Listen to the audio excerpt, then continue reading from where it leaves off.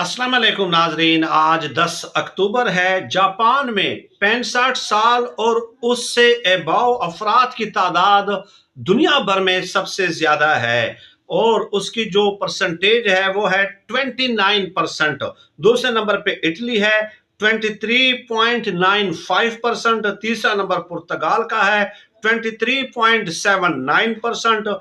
Greece यानी कि यूनान का चौथा नंबर है 22.80%।